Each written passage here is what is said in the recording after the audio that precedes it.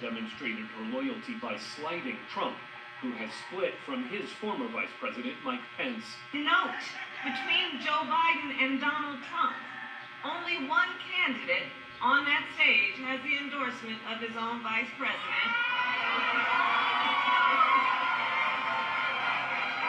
Joe Biden. Harris, as the party's presidential nominee, might help with independent voters, says University of Southern California political science professor Christian Gross.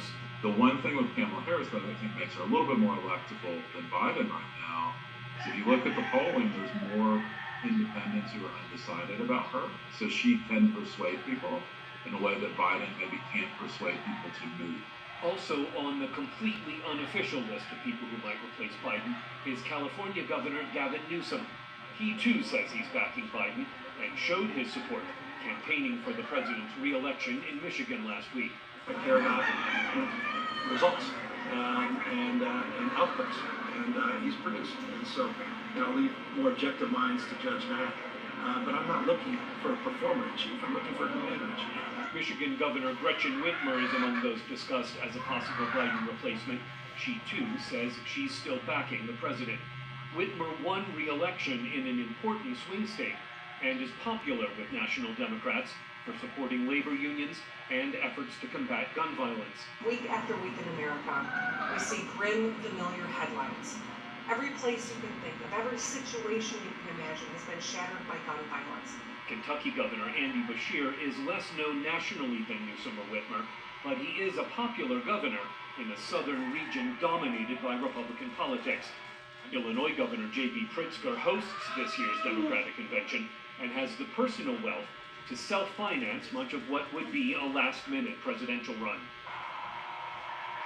And then there's former First Lady Michelle Obama, who has consistently rejected any notion of running for office, but who remains popular with many voters. A Reuters Ipsos poll last week showed Biden and Trump in a tie, but Michelle Obama beating Trump by more than 10 percentage points. Sabato says there's no way she's running.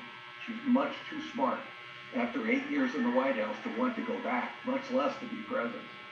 So, we can speculate about names all night long, but what matters is who has the intense ambition, the ability to raise money, and the opportunity to put together the kind of coalition that could produce a majority in the convention. If Biden stays in the race, that speculation about other names may carry on through next month's Democratic Party convention in Chicago. Scott Stearns, VOA News. Meanwhile, in France, where a political whirlwind these past few weeks saw the stunning rise and fall of the far-right's bid for power. Now, talks to begin a political path forward following snap legislative elections that put the left, and not the far right, on top. France now has no clear political majority or roadmap to forming a government just 3 weeks before the Paris Olympics. Lisa Bryant reports from the suburbs just outside of the French capital. This was not the outcome most French had expected. Instead of a far-right victory, it was a leftist, new popular coalition that scooped up the most seats in the National Assembly.